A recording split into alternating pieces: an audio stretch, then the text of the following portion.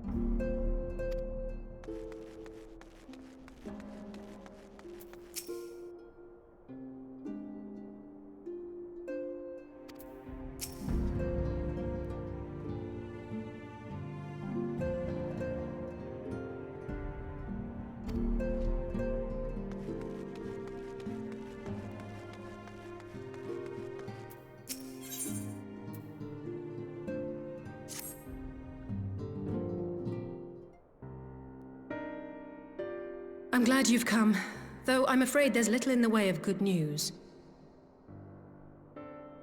After you left, we reached out to both the Alchemists Guild and Stillglade Fane and attempted all manner of treatments.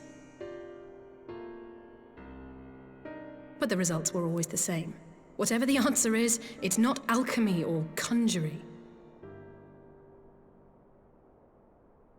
Why did it have to be Y'shtola and Urianger and not me? Out of all of us, they are the ones who could feasibly have solved this puzzle. And Alphino's still missing. God, it's all going wrong. Where do we even start?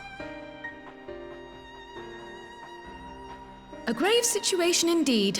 Might I be of some assistance?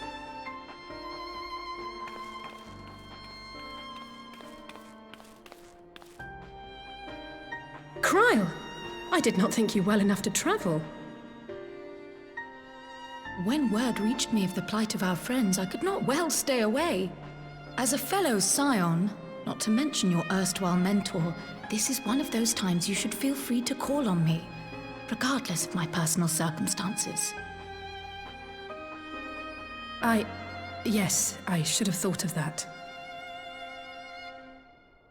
Thank you for coming, Kryle. We would welcome your insight. And I should be happy to provide it. Now, what's this I hear about Alphino heading into Imperial territory? That boy always did have some funny ideas. Do you remember the speech he gave when he was accepted to the Studium?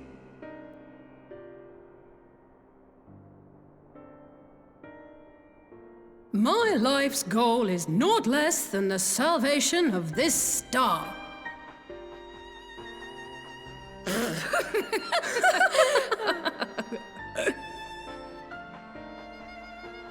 That particular grand pronouncement has been a source of great embarrassment to him, as you know. But the fact of the matter is, he meant every word and has lived his life accordingly. Yes, he remains altruistic to a fault, but I'm worried he was too fixated on his goals to see the dangers, as has happened before. You needn't be so concerned. Though his values remain the same, Alphino is not the blinkered boy he once was. Slowly but surely his eyes have been opened, thanks to a certain someone. A certain someone whom he'd be mortified to learn had heard about his little speech. Mum's the word, eh?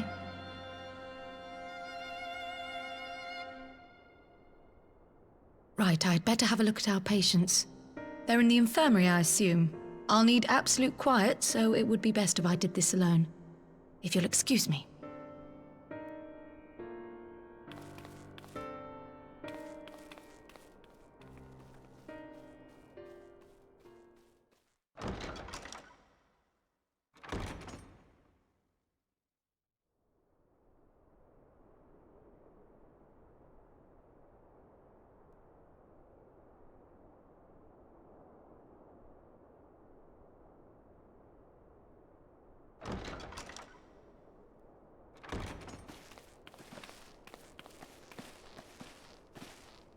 All three are in fine physical health.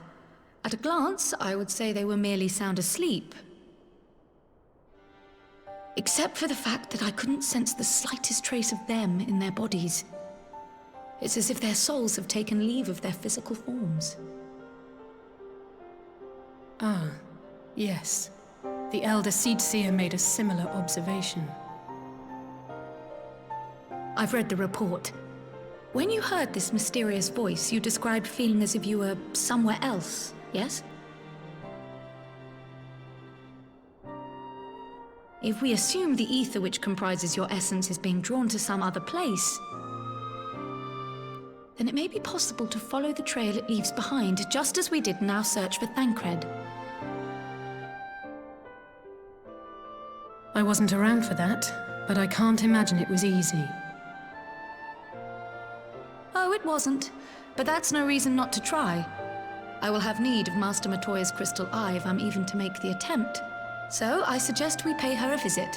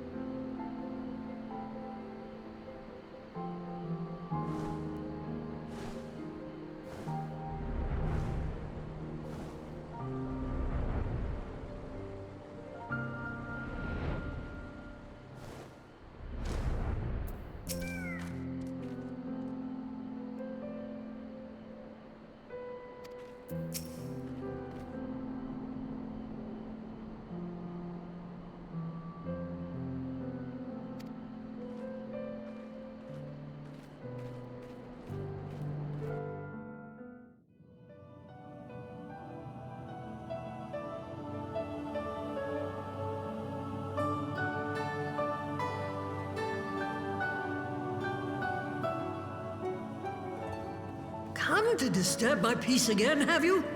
I hide myself away in a cave, and still you people insist on pestering me with your problems.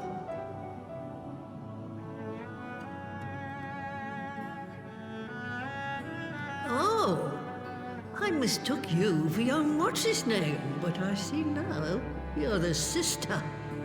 Weren't you supposed to be the lively one? I've seen happier faces at a rain-sodden burial. Well, I'm sorry to dash your expectations, but the situation isn't exactly conducive to gaiety. Ha! That's more like it. Stoller used to spit and hiss like a wildcat too. Better for a young thing like you to be filled with fire and leave the doom and gloom to your elders. Now, what exactly does this tragic situation of yours have to do with me? If I may, Master Matoya, we have need of your crystal eye once more.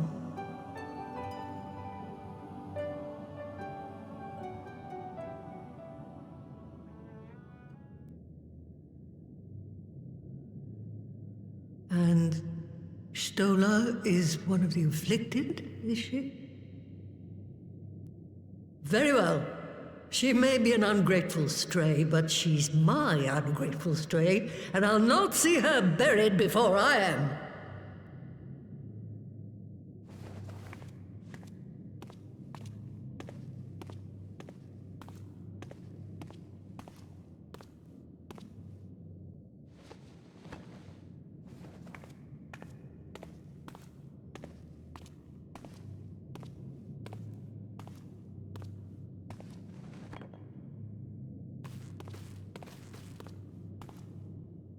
Right, let us see what we can see. I'll begin from where our friends first fell, and cast my senses out from there.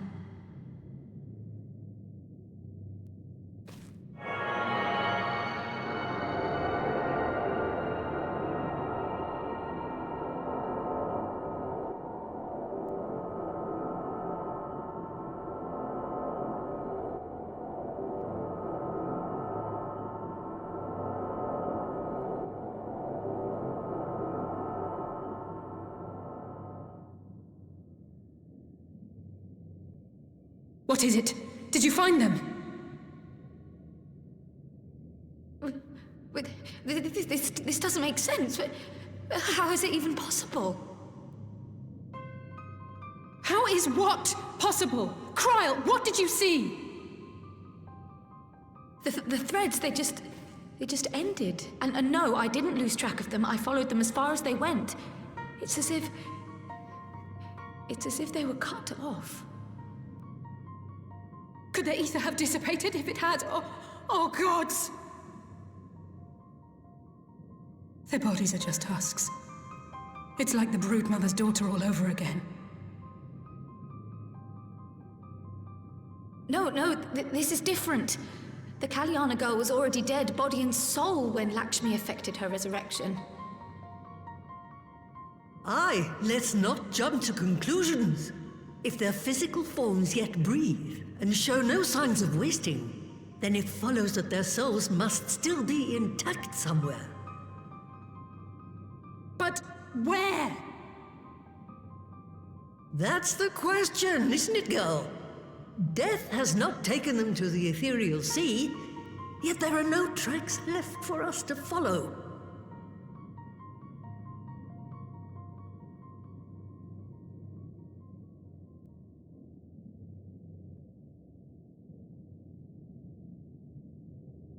We're no closer to an answer than when we started. But knowing their souls are still out there is progress of a sort. We just have to keep looking. Pray, excuse me a moment. Yes? I remember, but...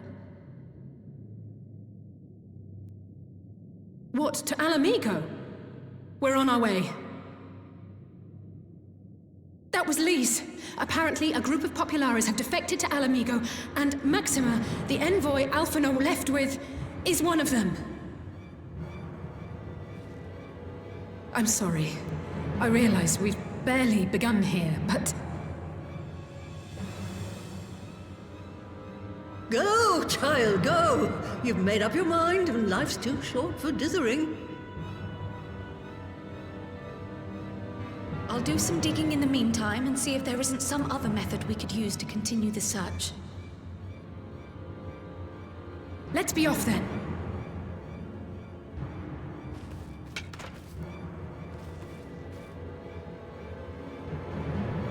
Oh, not again. The enchantment barely seems to take these days. I chalk it up to old age, but I rather doubt it's that simple.